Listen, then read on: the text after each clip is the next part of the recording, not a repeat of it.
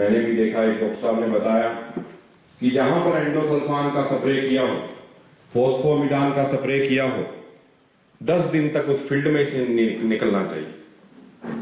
जहां पर एंडोसल्फान का स्प्रे किया हो, 10 दिन तक उस खेत में नहीं घुसना चाहिए, उस रस्तों से नहीं निकलना चाहिए।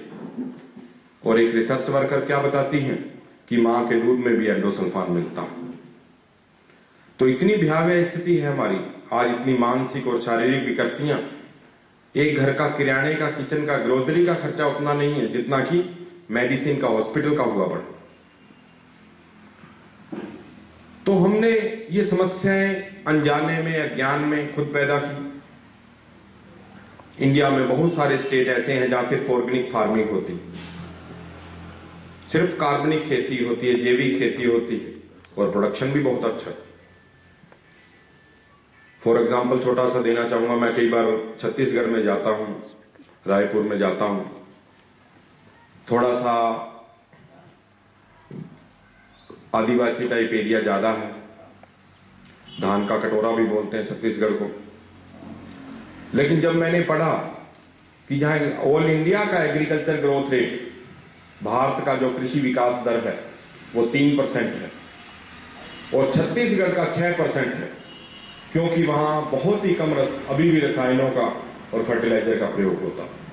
केरल है, सिक्किम है, बहुत सारे स्टेट ऐसे हैं इंडिया में जहां सिर्फ और सिर्फ ऑर्गेनिक फार्मिंग होती। एमपी में चले जाइए, वहां आम किसान का लहसुन 400-500 रुपए क्विंटल बिकता। वही लहसुन जो है एपीडा वाले ऑर्गेनिक हो तो 5,000 रुपए क्विंटल ले लेते। तो हम अगर देखें तो ऑर्गेनिक पे आने पे कोई नुकसान नहीं, लेकिन सबसे बड़ी समस्या है क्या? आज मैं किसान के पास जाता हूं, ऑर्गेनिक की बात करता हूं, मैं किसान को कहता हूं कि फर्टिलाइजर छोड़ दो, वो तैयार नहीं होता। वो कहता है मेरी तो ग्रोथ ही नहीं होती, क्रॉप ग्रोथ ही नहीं करती, फर्टिलाइजर नहीं डालता। पेस्टिसाइड छोड़ दो कहता हूं तो वो कहता है कि कीड़े और रोग मेरी फसल को खा जाएंगे। तो किसान की जब तक हम इन दोनों समस्याओं का समाधान नहीं करेंगे, किसान को ऑर्गेनिक पे नहीं ला जाए। और ग्रीन प्लेनेट ने जो प्रोडक्ट दिए उससे 50% तक फर्टिलाइजर पेस्टिसाइड कम करते हुए भी किसान की यील्ड भी बढ़ी है और यील्ड की गुणवत्ता भी बढ़ी है। क्रॉप में सस्टेनेबिलिटी भी आई है, टिकाऊपन भी आया है। जब हमारे पास ऐसे प्रोडक्ट हो जिसमें हमारा यूजर, हमारा फार्मर सबसे ज्यादा संतुष्ट होता हो, तो हम सम्मान के साथ हमारे एसोसिएट प्रोग्रेस करते हैं, उन्नति पाते हैं। किसान की उन्नति के साथ कंपनी उनकी भी आर्थिक उन्नति का अवसर प्रदान करती है। कंपनी का जो मिशन है सेव द मदर अर्थ, हम उस धरती को, उस मिट्टी को, उस सॉइल को बचाने चले हैं, जिसको बचाने से किसानों की बहुत सारी गंभीर समस्याओं का, मानव की बहुत सारी गंभीर समस्याओं का, जमीन की, पशु की, सबकी गंभीर समस्याओं का समाधान मिल जाता है।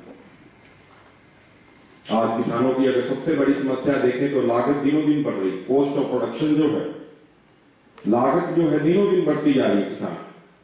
जो किसान पहले 20 किलो यूरिया, 20 किलो डीएपी डाल के अच्छी फसल ले लेता था, आज वो 40, 60, 80, 100 तक पहुंच चुका है।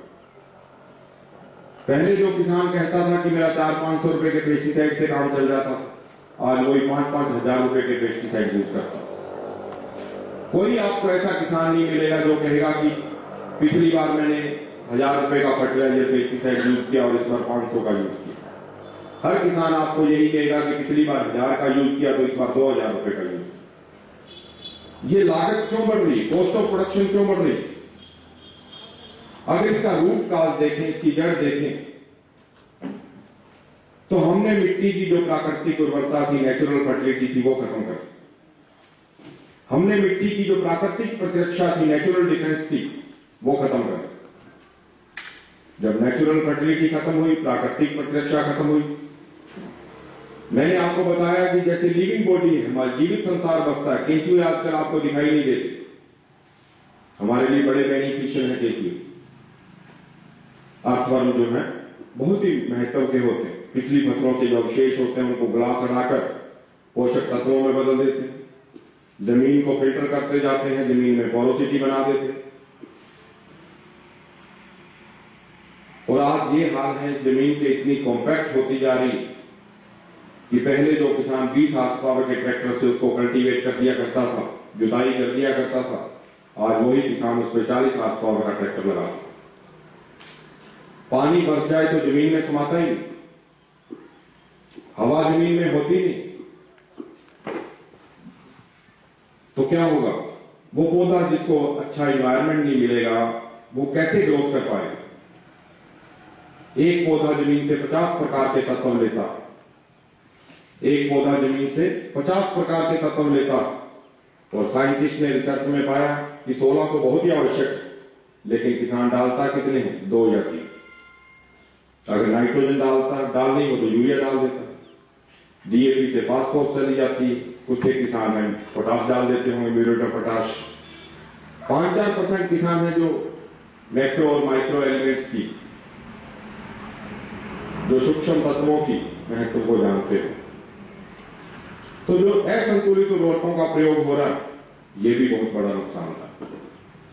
दूसरा, जब हमारी मिट्टी की प्राकृतिक उर्वरता, नेचुरल फर्टिलिटी खत्म होती है, तो उससे क्या परिणाम होते हैं? जो किसान 100 किलो यूरिया खेत में डालता है, उसकी फसल को कितनी मिलती है? 22 किलो। जो किसान 100 किलो यूरिया खेत को डालता है, उसकी फसल को 22 किलो मिलती, और जो 100 किलो डीएपी डालता है, फसल को 18 किलो मिलती। तो किसान आर्थिक उन्नत कैसे हो सकता है? हम जो किसान यूरिया, डीएपी, पोटाश जो भी डालता है, कोई फसल डायरेक्ट नहीं ले लेती कि किसान ने डाली और फसल को मिल गई। जमीन में बहुत सारे ऐसे जीवाणु हैं, बैक्टीरिया हैं, जो उसको उपलब्ध करवाने का काम करते हैं। जिस तरह से आजकल हमें केंचुआ दिखाई नहीं देता, वैसे ही तो पिछले 40-50 साल में हमने पता नहीं वो कितने जीवाणु हमने खत्म कर दिए। परिणाम हमारे सामने है। 100 किलो यूरिया डालोगे, फसल को 22 किलो मिलेगा। 100 किलो डीएपी डालोगे, फसल को 18 किलो मिलेगा। अगर हम इस नेचुरल फर्टिलिटी को, इस प्राकृतिक उर्वरता को वापिस बना दे, तो किसान को इतने फर्टिलाइजर की जरूरत नहीं, किसान को इतने उर्वरकों की जरूरत नहीं है जितने वो डालता। दूसरा, बहुत से प्रकृति ने हमें ऐसे जीवाणु भी दिए मिट्टी में, राइजोबियम है, रोटोबैक्टर है, एसिडोबैक्टर है, बहुत सारे किसान जानते होंगे। ये जीवाणु जमीन में 25 से 100 किलोग्राम तक नाइट्रोजन डाल देते हैं। ये जीवाणु जो है 25 से 100 किलोग्राम नाइट्रोजन जमीन में डाल देते हैं, और एक बैग यूरिया में, यूरिया का जो एक बैग 50 किलो का होता है, उसमें 46% यानी कि 23 किलो नाइट्रोजन होते हैं। अगर 25 किलो कम से कम बैक्टीरिया का योगदान माने, जीवाणुओं का, तो किसान का एक बैग यूरिया का बच जाता। हमें प्रकृति ने वो सब कुछ दिया जो हमें जरूरत थी, लेकिन हमने अज्ञानवश या लालचवश उस प्राकृतिक उर्वरता को खत्म कर दिया, और रिजल्ट के रूप में हमने क्या पाया? लागत बढ़ती हुई देखी।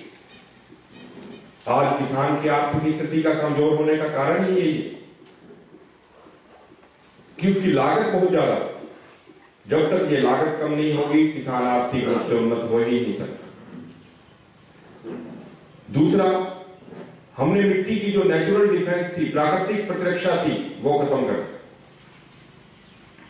प्लांट में, मिट्टी में प्रकृति ने बहुत सारी ऐसी जीवाणु जीव दिए हैं जो अपने आप ही रोगों और कीटों को नियंत्रण में ले आते हैं।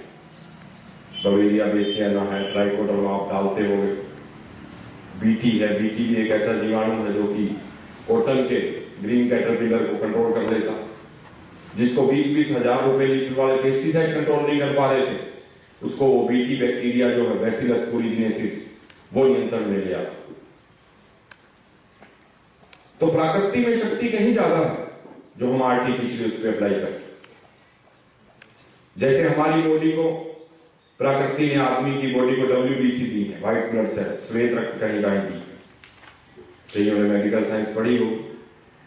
ये सब जो श्वेत रक्त कणिकाएं हैं, व्हाइट ब्लड सेल्स हैं, हमारे अंदर डिफेंस का काम करती हैं, इम्यूनिटी का काम करती है, प्रतिरक्षा का काम करती है। हमें जल्दी से रोग लगने भी नहीं देती, और लग जाए तो ठीक करने को भी रहती।